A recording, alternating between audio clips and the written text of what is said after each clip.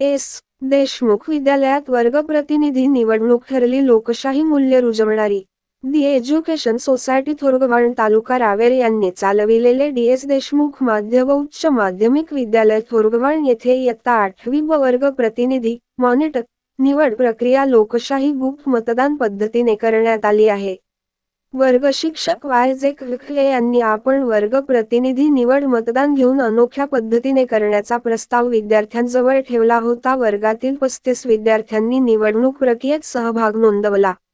एकूण 9 उमेदवार निवडणूक रिंगणात उतरले होते. मुख्य निवडणूक अधिकारी म्हणून विद्यालयाचे मुख्याध्यापक सत्यनारायण वैष्णव यांचे मार्गदर्शन आणि प्रेरणा, नेतृत्वाने उपक्रम घेण्यात आला. निवडणूक अधिकारी म्हणून पर्यवेक्षक डी.के. पाटील यांच्या अध्यक्षस्थानी वर्ग प्रतिनिधी निवड प्रक्रिया निष्पक्ष आणि शांततेत पार पडली. चेतन मोहन वानखेडे यास प्रथम क्रमांकाची 13 मते मिळाली. वर्ग प्रतिनिधी म्हणून त्याची निवड करण्यात आली. कुप्रीती अरविंद पाटील हिस द्वितीय क्रमांकाची 6 मते मिळाली.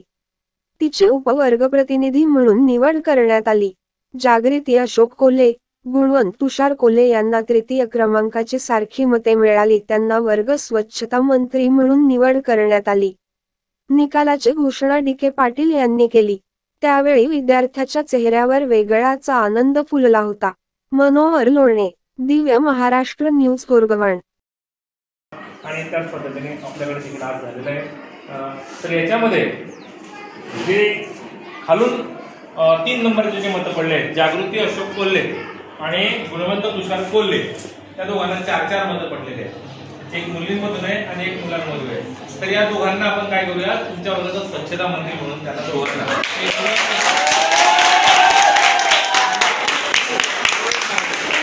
एक मुलींमधून आणि एक मुलांमधून त्यांना दोघांना स्वच्छता मंत्री करूया. आपला वर्ग स्वच्छ नीटनेटका, आपल्याला आनंददायी वातावरण कसं राहील त्यासाठी प्रयत्न करायचा आहे. वर्गामध्ये एवढंसं चॉकलेटचं किंवा गोळ्या बिस्किटचं रॅपर देखील सापडायला नको.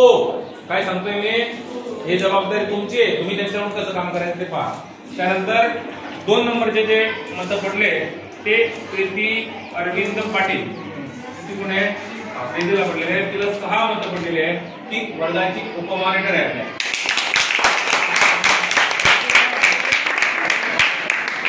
जवळजवळ 1/3 म्हणजे 39 जवळजवळ 1/3 मतं हे चेतन मोहन वानखेडे या विद्यार्थ्यांना.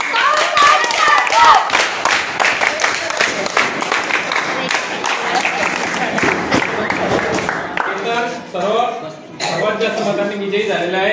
चेतनची बहीण, तुझी बहीण पण जयश्री मोहन, गुणवंत विद्यार्थी, चांगले विद्यार्थी, ती देखील उच्च शिक्षण घेते.